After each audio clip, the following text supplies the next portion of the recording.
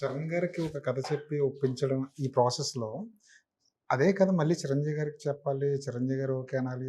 చిరంజీవి గారు కరెక్షన్ చెప్తారు. దానికి ఓకే చేయాలి. ఇంత ప్రాసెస్ ఉంటదని చెప్తుంటారు కదా! అసలు చరణ్ సార్ దగ్గర అదేం ఉండదండి. చరణ్ సార్‌కి నచ్చింది చేసేస్తారు అంతే అండి. నేను చిరంజీవి సార్‌కి నేరేషన్ ఇవ్వలేదండి ఇది. ఒప్పుని ఇచ్చానండి. ఓకే. బుచ్చి ఎప్పుడు చెప్తూ ఉంటావు అంటారండి. సార్ సినిమా చూద్దురు గాని బావుంటది అంటే ఓకే నీ ఇష్టం. అంటే చిరంజీవి సార్‌కి నేనంటే ఏదో చేస్తాడు ఈడు అని నమ్మకం ఉంటదండి. ఆ నమ్మకంలో ఏంటంటే అండి చరణ్ సార్ అసలు ఎప్పుడు కూడా నేరేషన్ ఇయ్యి నాన్నకి అని కూడా ఎప్పుడు అనలేదండి. నేనది చాలా గ్రేట్‌గా మా గురువు గారు రంగస్థలం నేరేషన్ ఇచ్చాను గానీ నేను ఇవ్వలేదండి. ఇది ప్రైడ్ మూమెంట్ అండి. చిరంజీవి సార్‌కి నేరేషన్ ఇవ్వకుండా స్టోరీ ఓకే చేశాను నేను. అంటే ఆహ్, ఎప్పుడో ఒకసారి చిరంజీవి సార్ ఒకసారి కలిసి "ఏదో అలా పైపైనని చెప్పొచ్చు కదా స్టోరీ" అన్నారండి.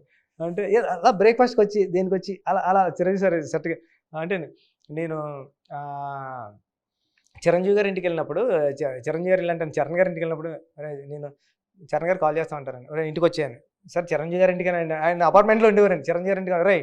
చిరంజీవి గారి ఇల్లు అంటే నాది చిరంజీవి గారి ఇల్లు నా ఇల్లు కూడాను అది కూడా గుర్తుపెట్టుకోను" అనేవారు. అలా సార్ చరణ్ గారు అక్కడే ఉంటారు కాబట్టి ఎళ్ళేటప్పుడు నేను చిరంజీవి సార్ ఉండకుండా ఉంటే బాగుండు, ఉండకుండా ఉంటే నేను చిరంజీవి సార్‌ని చూస్తే బాగుండు, ఎప్పుడైనా ఉంటే బాగుండు సినిమా ఇండస్ట్రీకి రానప్పుడు. ఇప్పుడు నేరేషన్ అన్నప్పుడు ఎప్పుడైనా అడుగుతారేమో అని చిరంజీవి సార్ ఉండకుండా ఉంటే బాగుండు అనుకుంటామంటే చిరంజీవి సార్ ఎప్పుడైనా ఉన్నారనుకోండి "బుచ్చి సరదాగా అలా అలా అలా పైపని చెప్పేయి. నాకు తెలుసు గాని కదా! అలా పైపని చెప్పొచ్చు కదా!" అంటే చెప్తాను సార్ అని అంటే అంటాను గాని చిరంజీవి గారి ముందు చెప్పడం కొంచెం షైయ్యా? అంటే సార్ చిరంజీవి గారికి కథ చెప్పడం అంటే ఒప్పని చెప్పినప్పుడు సూపర్ ఇంటారండి చిరంజీవి సార్. మీరు నేరేషన్ ఇచ్చారనుకోండి చిరంజీవి సార్‌కి, నా ఎక్స్‌పీరియన్స్ ఫస్ట్ ఫిల్మ్‌కే చేశానండి. నేను సార్ ఇలా వైష్ణవ్ వస్తుందంటే వైష్ణవ్ ఆయన అయిపోతుంటాడండి. సార్ విజయ్ సేతుపతి గారు ఇప్పుడు ఇలా వస్తుంటాడు సార్ రాయను క్యారెక్టర్ అంటే ఇలాగా ఆయన ఆయన ఎక్స్‌ప్రెషన్ ఇస్తుంటే మా చిరంజీవి సార్ కథ చెప్పడం అన్న సూపర్ ఎక్స్‌పీరియన్స్ అండి. ఈ సినిమాకి అది నేను చూపిద్దారని ఆ ఎమోషన్‌ని సురేఖ గారికి, మేడం గారికి ఇద్దరికీ చూపిద్దారని వెయిట్ చేస్తా ఉన్నాను.